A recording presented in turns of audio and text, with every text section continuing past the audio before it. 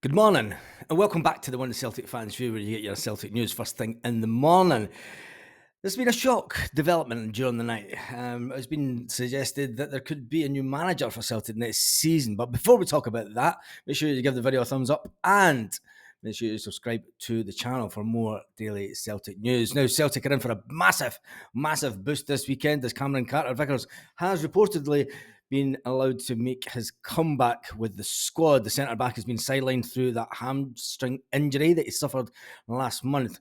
However, it has been claimed that Carter-Vickers could return against Motherwell this weekend. Brendan Rodgers has, although, raised some concern about players coming back too quick, which has happened too much this season.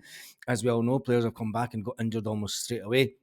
The American international has went through 3 weeks of intensive treatment for his hamstring, and I reckon that he might come back and he'll get on the bench this weekend. I don't think Brendan will want to rush him in. We want to make sure that he is ready for the run-in of the league. And let's face it, we could probably get away with him not playing this weekend. But if he is even 90% fit, put him on the bench. Do not put him on the field, Brendan, and play him 60 minutes and cause more harm than not.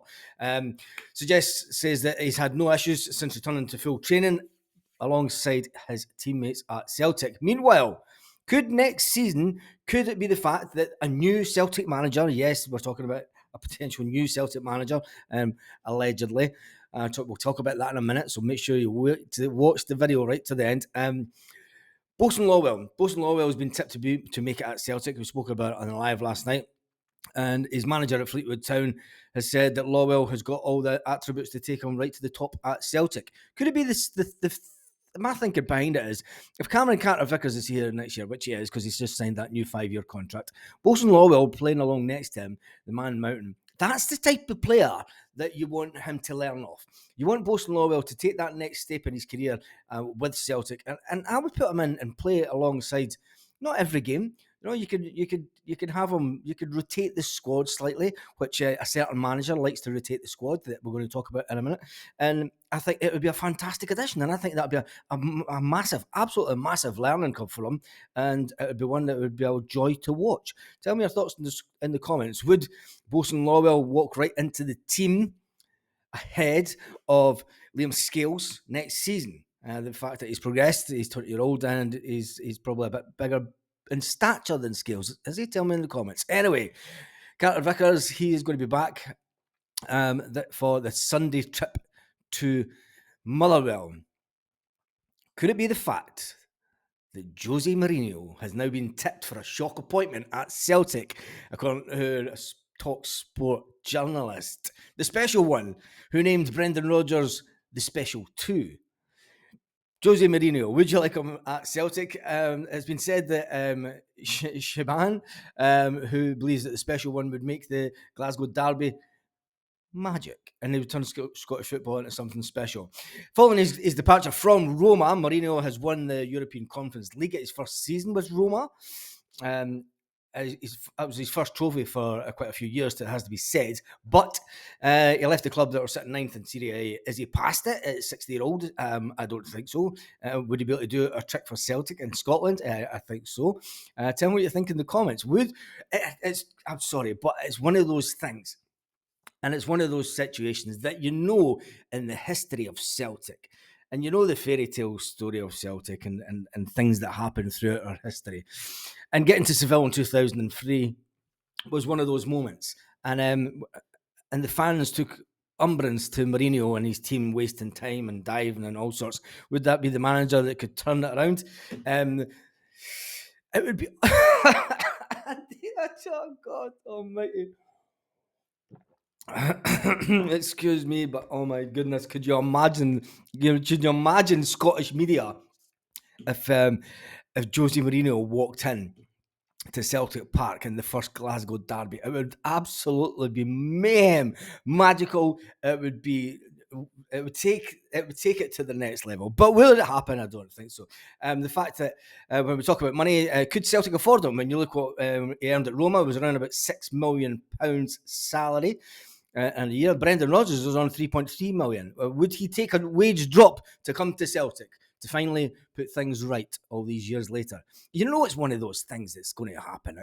It would happen if he got the offer, if Jose Mourinho got the offer, the special one, to replace what he calls the special two, because Brendan Rodgers could never beat him when he was manager of Chelsea.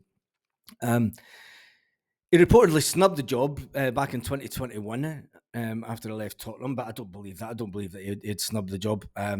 But could it happen? Could it happen? It's been alleged that he spoke to Brendan Rodgers about his first stint at Celtic and how he credited the job that he's done. Does he have his eyes on Celtic and a club of that stature to take back into Europe? That's the kind of thing that Jose Mourinho would like to do, wouldn't it? He likes to. I mean, he went to Chelsea, and Chelsea were nothing really. Chelsea were nothing when he went there, and he took them. Could he come to Celtic? Can you imagine that? Could you imagine Jose Mourinho at Celtic? If all goes wrong this season, it has been said that a lot of fans want Brendan Rodgers out now. Would the special one be the one? I mean, it's all just someone talking, but could you think about it? He's won 26 major trophies over his career. The most notable coming in Porto, Chelsea, and Real Madrid. He's done it at the highest level. He's maybe not doing it now as well as he used to be. He's previously turned down jobs in England over a return to Manchester United, who he won the Carabao Cup with, and the Europa League. Tell me in the comments section, seriously though, people have been talking about Kudson and everything from Brobo Glint, but if the special one was to be offered the job, would you welcome him with open arms? After the debacle of 2003 and everything that went on at Seville, would you welcome him with open arms to Celtic?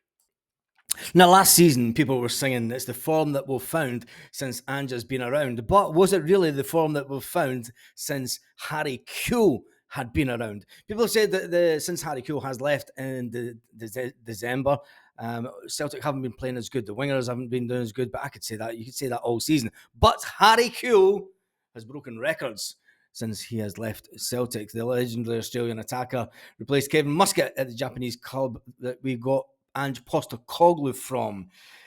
And we got replaced with Adam Sadler. Adam Sadler, who no one has seen anything of since he came to Celtic. Kewell took charge of his first game at Yokohama Marinos and drew 2-2 with their AFC Champions League 16 first leg tie away.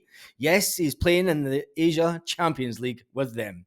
But get this, Celtic fans. Get this, this is what we are missing from our own team. The fact that they went on to win the second leg 3-2 on aggregate and set up a last 8 tie with a team from China. Yes, they're into the last 8 of the Champions League thanks to Harry Kewell and his management. It means that Kewell has already eclipsed Ange Postecoglou in leading them to their first ever Champions League quarter-final. Now, Tottenham Hotspur Ange Postecoglou must be thinking, Jesus, maybe we should stay down there. Yokohama F. Marinos obviously won in 2019, but they never managed to get to the last 16 of the Champions League under Ange in Asia. But they have under Harry Kewell. So that is one fantastic piece of Celtic news, because people have been asking, what about Harry Kewell and how is he getting on? Now let's get back to the position of the defenders at Celtic. And whilst it's good that Carter-Vickers is back in training, we haven't been the same since Carl Starfelt left. And a lot of people would never have said that. But when you look at the games that Carl Starfelt and Carter-Vickers played together, they never lost. We've not had that this season. Carter-Vickers, if you remember, and I know it's terrible to think about it, but if you remember when the Scottish Cup final in June, because it was in June last year, remember? If you remember, Ange Postecoglou asked about his future, and he said, look, never mind asking about my future. Ange says, the fact is, a lot of these players here today will not be at the club next summer. What did he know that was going on in the background at Celtic at the time? Celtic went on to lose Starfelt, Jota, and Aaron Moy. They've been impacted this season by injuries to Cameron Carter-Vickers, Leo Labada, and Rio Hatate, the mainstay of the team last year. Although Leo Labada was more a super sub than anything, who looks as if he's now kicked his last ball for Celtic. Carter-Vickers back in the side this weekend would obviously make a massive boost to the squad. With matches coming up against Motherwell, Dundee, Hearts over an 8-day period, it seems to be that Celtic cannot afford to lose any games, and there should be no risk taken with the player. The fact that if he plays all those games in the 3 days, I'm suggesting that he might break down again. But I think Celtic have to manage this injury because it is important. It is imperative. If you remember last season under Ange Postecoglou, Ange wanted him to be rested and get that knee injury sorted out in the operation to his knee last season. And he wanted to wait. He wanted to wait until the Rangers game so that we made sure that we win the league. And he wanted to wait until after that, which was admirable by Carter-Vickers.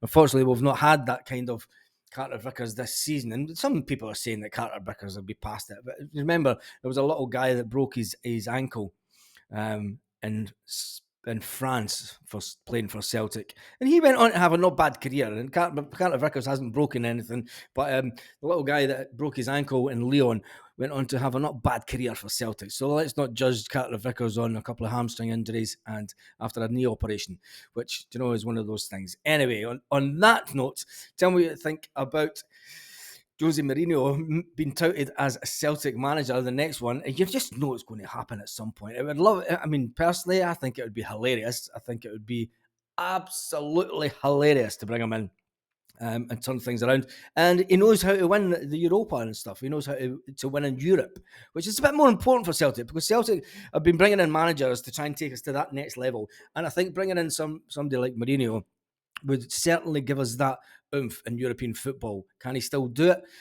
Well, Bobo Glint done one over Roma, so maybe he has lost it. Can he turn Celtic around and make them that force in Europe again? Because let's face it, that's what we all want. We want to get to the later stages of European football competition. We will be talking about the game this weekend, Celtic Motherwell on Sunday. We'll talk about their team lineups. Nobody will know what the team lineup is because nobody knows what formation the manager will play. Will he play a 4-3-3? Or will he change the formation slightly? And maybe, no, he won't he? He'll pull Kyogo back into midfield and totally waste his talent, a lot of people are saying. Anyway, on that note, make sure you join us this evening at 6 o'clock Celtic part-time. Have a fantastic day, Celtic fans, all around the world.